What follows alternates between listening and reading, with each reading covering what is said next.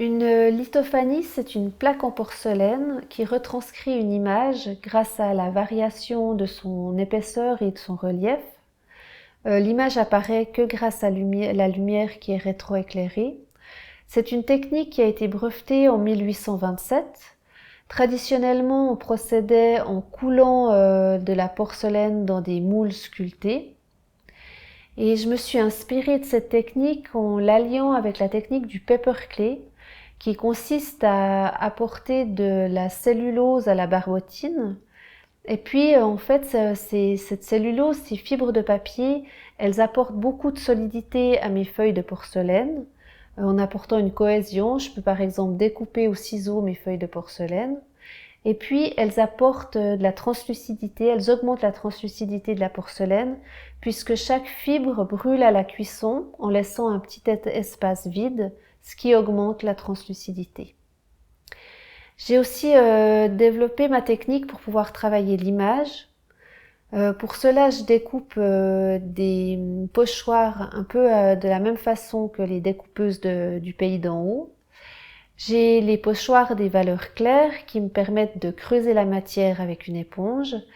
Et puis j'ai les pochoirs des valeurs foncées, où là je rajoute de la matière un peu de la même façon qu'on procède en sérigraphie. Pour mon travail fragile lueur, j'ai particulièrement travaillé l'arrière et l'avant de mes plaques pour donner l'effet de profondeur. Ainsi, quand les lithophanies sont éclairées, l'espèce, l'animal ou le végétaux évolue dans son environnement naturel. Et quand la lithophanie est éteinte, il n'y a plus que l'empreinte de l'espèce comme un fossile. J'ai aussi utilisé cette technique pour mes bols femmes oubliées. Là, j'étais partie de daguerreotypes de femmes de la fin du 19e siècle. Je m'étais questionnée sur l'histoire de ces femmes, comment elles étaient considérées à l'époque pour être photographiées, sur le fait qu'elles étaient toujours parmi nous et qu'est-ce qui nous restait d'elles. Je joue en fait aussi sur cette notion de présence et d'absence, puisque si on regarde le fond de mon bol, c'est blanc, lisse, et si la lumière traverse le bol, il y a les portraits qui apparaissent. Pour la réalisation du lustre du foyer de la salle communale de Charmey, j'ai aussi utilisé la technique du paperclay.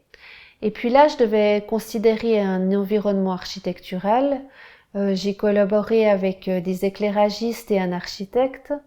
Et en fait, le défi était assez grand puisque c'était une pièce de grande envergure. Elle fait 2,60 m de diamètre. Et chaque module est grand pour être en porcelaine tout en étant translucide.